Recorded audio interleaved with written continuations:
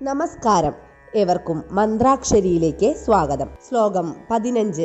പാഞ്ചജന്യം ഹൃഷീകേശോ ദേവദത്തം ധനഞ്ജയഃ പൗണ്ഡ്രം ദത്മൗ മഹാശംഖം ഭീമകർമാവൃഗോദരഃ.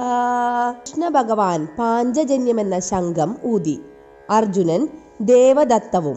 ദുഷ്കര കർമ്മങ്ങളിൽ മുന്നിൽ നിൽക്കുന്നവനും ഭോജനപ്രിയനുമായ ഭീമൻ പൗണ്ഡ്രമെന്ന ശംഖവും മുഴക്കി.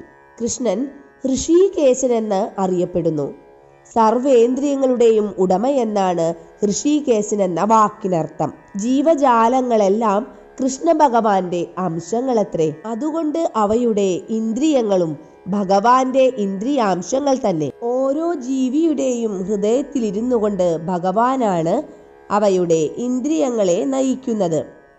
എന്നാൽ അതതു ജീവന്റെ സ്വാത്മാർപ്പണ ബോധത്തിന് അനുയോജ്യമായ വിധത്തിലെ അദ്ദേഹം നയിക്കൂ. ഒരു ശുദ്ധഭക്തന്റെ ഇന്ദ്രിയങ്ങളെ ഭഗവാൻ സ്വയം ഏറ്റെടുത്തു നടത്തുന്നു. കുരുക്ഷേത്ര യുദ്ധത്തിൽ അർജുനന്റെ ദിവ്യമായ ഇന്ദ്രിയങ്ങളെ ഭഗവാൻ സ്വയം നയിക്കുന്നു എന്ന് വ്യക്തമാക്കുന്നതാണ് ഇവിടെ പ്രയോഗിക്കപ്പെട്ട ഋഷികേശ പദം. ഭഗവാന് തൻ്റെ വിവിധ പ്രവർത്തനങ്ങൾക്കനുയോജ്യങ്ങളായ വിവിധ നാമധേയങ്ങളുണ്ട്. മധു എന്ന രാക്ഷസനെ കൊന്നതുകൊണ്ട് മധുസൂദനൻ എന്ന പേര് വന്നു. ഗോക്കൾക്കും ഇന്ദ്രിയങ്ങൾക്കും ആനന്ദം നൽകുകയാൽ ഗോവിന്ദനെന്നും, വസുദേവ പുത്രനാകയാൽ വാസുദേവനുമായി. ദേവകിയെ അമ്മയായി സ്വീകരിച്ചതുകൊണ്ട് ദേവകീ നന്ദനൻ. വൃന്ദാവനത്തിൽ വെച്ച് ബാല്യകേളികളാൽ യശോദയെ ആനന്ദിപ്പിച്ചതുകൊണ്ട് യശോദാനന്ദനൻ.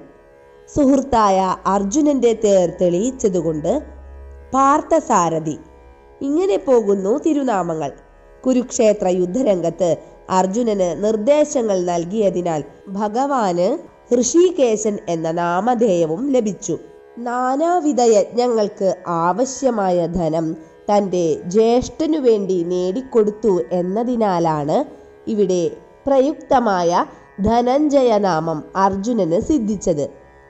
വീര്യശാലികൾക്കു മാത്രം സാധിക്കാവുന്ന ഹിഡിംബവധം പോലുള്ള ധീരകൃത്യങ്ങൾ ചെയ്യാനും വളരെ കൂടുതൽ ഭക്ഷിക്കാനും കഴിവുണ്ടായിരുന്നതുകൊണ്ട് വൃഗോദരൻ എന്ന പേര് ഭീമന് ലഭിച്ചു. ഇങ്ങനെ ഭഗവാൻ ശ്രീകൃഷ്ണൻ മുതൽക്ക് പാണ്ഡവ പക്ഷത്തിലുള്ള മഹാവ്യക്തികൾ മുഴക്കിയ സവിശേഷതകളാർന്ന ശംഖങ്ങളെല്ലാം സമരോത്സുകരായ യോദ്ധാക്കൾക്കും